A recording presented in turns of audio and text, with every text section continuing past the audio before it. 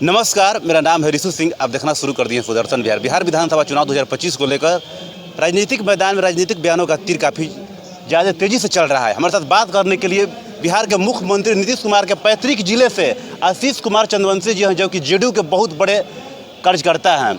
हम इसे जानेंगे कि 2025 बिहार विधानसभा चुनाव में तेजस्वी यादव साहब बोल रहे हैं कि नीतीश जी का विदाई अब की बार तय है। क्या कह रहे हैं? सबसे पहले मेरे चैनल पर आपका बहुत बहुत धन्यवाद है आपका। सबसे पहले आप लोग चौथे स्तंभ है मेरा चंदन वंदन सुदर्शन न्यूज को। आप लोग को धनतेरस दीपावली की शुभकामनाएं। सबसे पहले एक चीज़ जान लीजिए, हमें विपक्ष बिहार में दिखता ही नहीं है। पूछिए का है? अरे भाई, अभी आप यात्रा पर निकले, नीतीश कुमार जी के हर 2 कॉपी वाला काम आप कर रहे हैं, है ना। जहाँ जाइए यात्रा। लेकिन तेजस्वी जी बोल रहे हैं कि जो हम कहे थे वो कर रहे हैं। नीतीश जी हमारे 2 कॉपी कर रहे हैं। अरे भाई, तो उनके प्रवक्ता ने तो ऐसा कुछ नहीं बोला।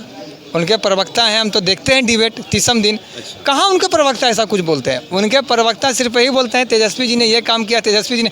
हम ही बोलते हैं कि तेजस्वी जी आप इंडिया गठबंधन में हैं या नहीं, हमको क्लियर करके बताइए।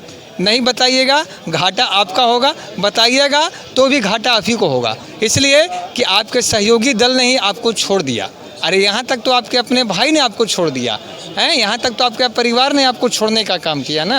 आए दिन हमारे दल में सदस्यता ग्रहण चलते रहता है ना। हर लोकतंत्र भाई, कोई कहीं भी जा सकता है, हम मना नहीं कर रहे हैं। लेकिन आपके अंदर क्या कमियां हैं ये जनता जान चुकी है। उनके भाई हैं, जो बड़े भाई तेज प्रताप हैं, वो साफ बोलते हैं, जो जेएसजेडी के राष्ट्रीय अध्यक्ष हैं, जनशक्ति जनता राष्ट्रीय, वो साफ बोलते हैं कि हमको अगर महागठबंधन के लोग बुला रहे हैं घटक दल के रूप में, तो हम जाकर उसमें जुड़ सकते हैं।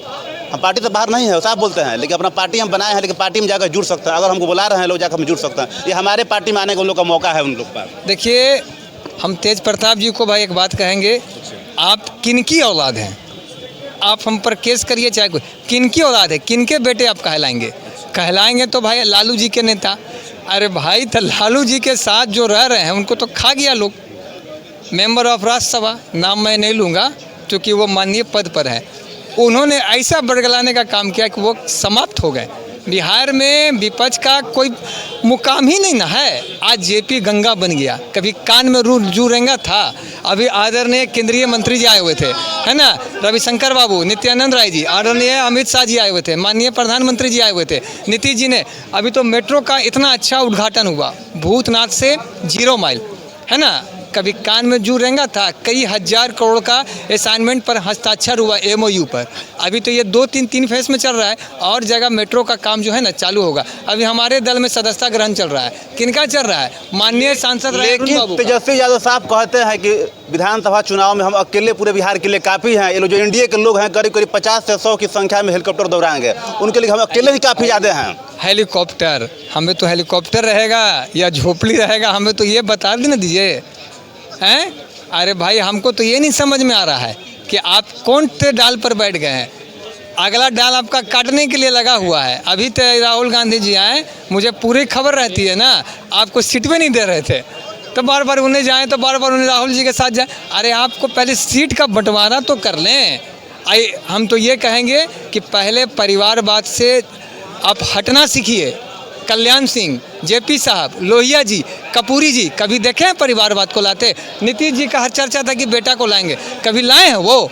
अरे भविष्य में कौन जानता है कब कैसे अच्छा से अच्छा काम हो।